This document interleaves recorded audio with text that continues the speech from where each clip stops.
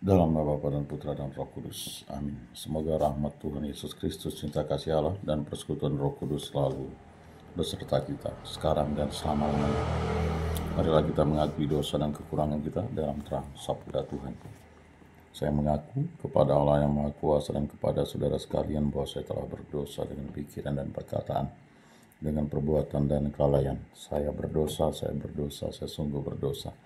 Oleh sebab itu saya mohon pada Santa Puan Maria, kepada para malaikat dan orang kudus, dan kepada saudara sekalian, supaya mendoakan saya pada Allah Tuhan kita.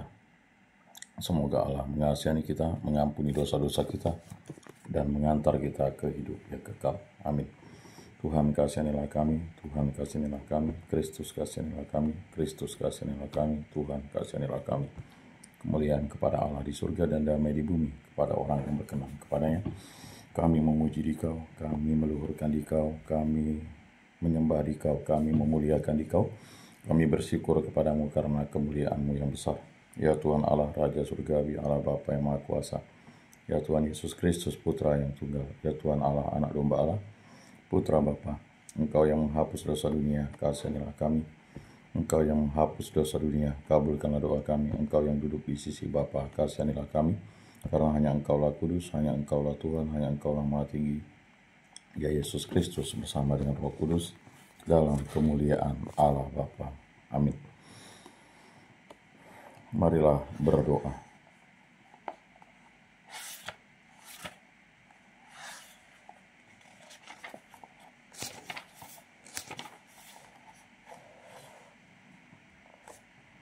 Allah Bapa, sumber kerukunan dan kedamaian, Engkau menganugerahi kami cinta kasih dan damai untuk kami hidup. Dan kami bagikan kepada sesama. Kuatkanlah kami dengan Roh Kudus-Mu, agar kami dapat saling menolong dan membantu, demi mewartakan kemuliaan dan belas kasih-Mu, dengan pengantaran Tuhan kami Yesus Kristus yang hidup dan Raja, kini dan sepanjang segala masa. Amin. Bacaan dari surat kepada orang Ibrani. Saudara-saudara, peliharalah kasih persaudaraan. Jangan kamu enggan memberi tumpangan kepada orang, sebab dengan berbuat demikian, beberapa orang tanpa menyadarinya telah menjamu malaikat. Ingatlah akan orang-orang hukuman, karena kamu sendiri pun adalah orang-orang hukuman. Ingatlah akan orang-orang yang diperlakukan sewenang-wenang, karena kamu sendiri masih hidup di dunia ini. Hendaklah kamu semua penuh hormat terhadap perkawinan, dan janganlah kamu mencemarkan tempat tidur, sebab orang-orang sundal dan pezina akan dihakimi Allah. Janganlah kamu menjadi hamba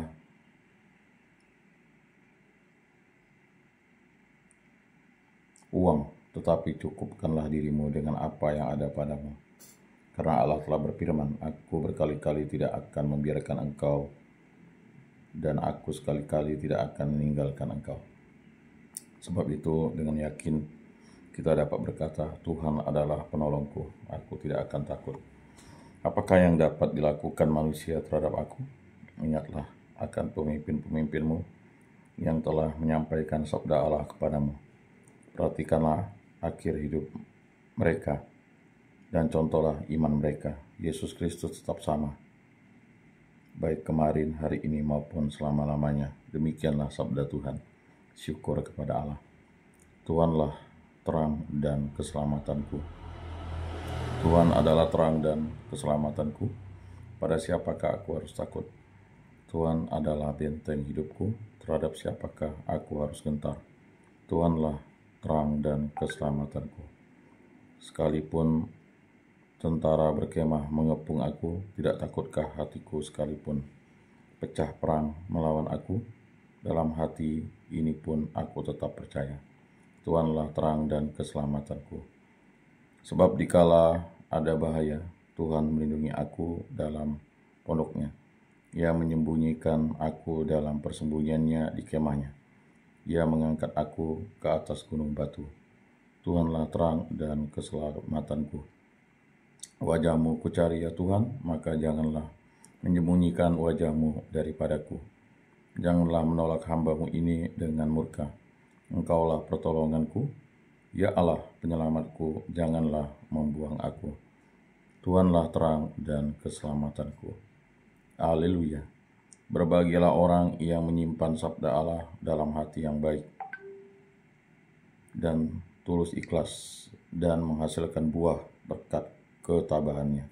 Haleluya. Inilah Injil suci menurut Markus. Dimuliakanlah Tuhan. Sabdamu kupikirkan, sabdamu kuucapkan, sabdamu kuresapkan dalam hati.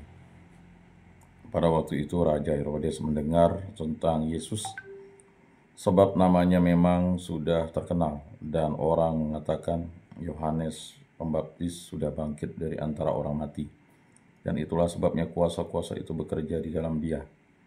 Yang lain mengatakan dia itu Elia, yang lain lagi mengatakan dia itu seorang nabi sama seperti nabi-nabi yang dahulu.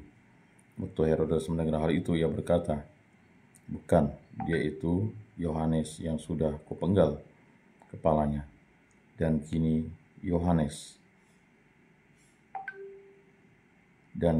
bangkit lagi. Memang Herodeslah yang menyuruh orang menangkap Yohanes dan membelenggunya di penjara berhubung dengan peristiwa Herodias, istri Filipus saudaranya, karena Herodes telah mengambilnya sebagai istri. Karena Yohanes pernah menegur Herodes, tidaklah halal engkau mengambil istri saudaramu. Karena kata-kata itu Herodes menaruh dendam pada Yohanes dan bermaksud membunuh dia. Tetapi tidak dapat, sebab Herodes segan akan Yohanes karena ia tahu bahwa Yohanes adalah orang yang benar dan suci. Jadi ia melindunginya. Tetapi setiap kali mendengar Yohanes, hati Herodes selalu terombang-ambing. Namun ia merasa senang juga mendengarkan dia. Akhirnya tiba juga kesempatan yang baik bagi Herodes ketika Herodes pada hari ulang tahunnya mengadakan perjamuan untuk para pembesar, para perwira,